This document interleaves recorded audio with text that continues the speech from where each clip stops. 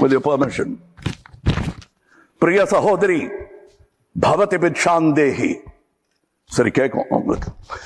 பிரிய சகோதரி பவதி பிக்ஷாந்தேஹி என்று தெலுங்கில் இசைவாடி வந்த அந்த மாமனிதர் இசைமேதை தியாகராஜன். அவர் பிக்ஷா பாத்திரத்திலிருந்து எடுத்த சில்லறைகள் நவீன காலத்திற்கு உதவாது என்று தெரிந்தவர்கள் நீங்கள். நீங்கள் வெள்ளைக்கார கல்வி கற்றது கண்டிப்பாய் கற்பூர புத்திதான். அது காற்றோடு போய் பல ஆண்டுகளாகிவிட்டன. அதன் பிறகு உங்கள் பிச்சை பாத்திரம் உருமாற்றப்பட்டது. பிச்சை குவளை பெரும் உண்டியலானது. அந்த உண்டியலை உடைத்து நிதி திரட்ட உதவுவோர் இன்று தமிழரை பார்த்து என்ன சொல்லுகிறீர்கள்? தமிழ் பிச்சை எடுக்க கூட உதவாதா? ஓரளவு உண்மைதான். ஒரு தெற்கத்தி அறிவுரை தங்காய். தமக்கென உங்கள் நிதியை திரட்ட ஆங்கிலத்தில் இந்தியில் பிச்சை எடுக்கலாமே. தமிழ் பிச்சை எடுக்க உதவாது, திருடவும் உதவாது.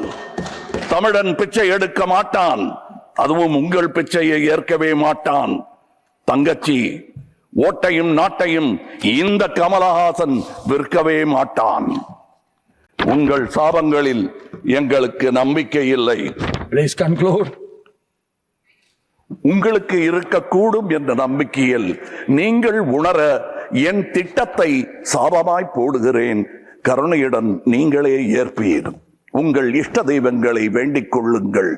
பகுத்தறிந்த தமிழ்ச்சித்தன் கூற்று இது. வினை உம்மை சுடுக என்றும் எங்கள் நாடு நீடூழி வாழும்.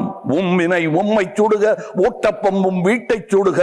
வந்தீர் வென்றீர் செல்வீர். இது உலக நியதி, அரசியல் நியதியும் கூட. வீழ்க வளமுடன், தமிழ் என்றும் வாழும் நலமுடன். வணக்கம் அவை வந்தடைந்த தலைவர் கூட்டத்திற்கு. சென்றும் வருவேன். நாளை எமதே. உங்கள் கமல்ஹாசன். ஜெய்ஹிந்த்.